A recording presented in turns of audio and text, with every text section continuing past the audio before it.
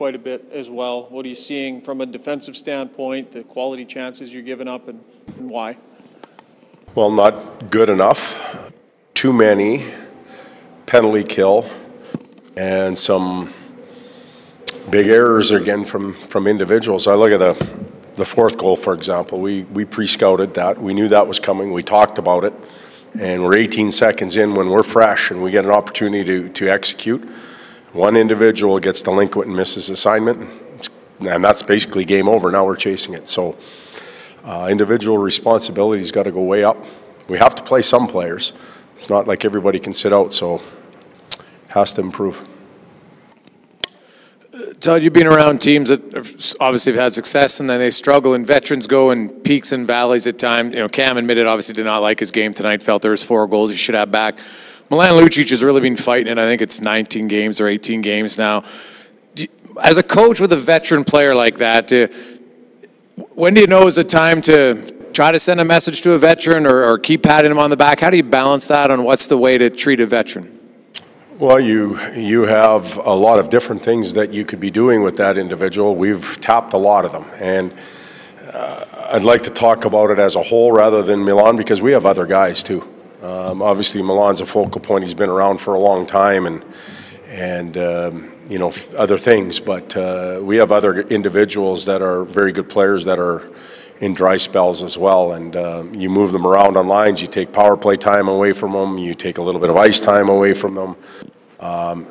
You know, and then you've got to go back to the other side, and you've got to try and encourage them. You've got to try and put them in situations where you feel like they'll get some confidence. And you know, so it can vary from individual to individual. You can be stern. You can put your arm around them. You show them positive. You show them negative. Over a 19-20 game span for some of these guys, we've tried a lot of it. When Cam is playing, as he said tonight, not very well, are you just hoping he comes out of it as the game wears on, or you know, are you looking at the backup saying, I don't think Cam's got it tonight? Or am I looking at the back? I'm not sure what you're in. Okay, I got to go to the backup to Al because it doesn't look like Cam's making enough saves tonight. Well, it's 3-3 going into the third. They score on a breakaway and they score on a penalty shot. You know, and Cam admittedly would like to have a couple of them back, but it's hard to yank your goaltender when it's 3-3. The offense is coming, and the next 2 goals they get are on breakaways. One's a penalty shot, one's a breakaway 18 seconds in. So, you know, I think that obviously we need a better night from the goaltender, but that wasn't the case. My mind wasn't working that way.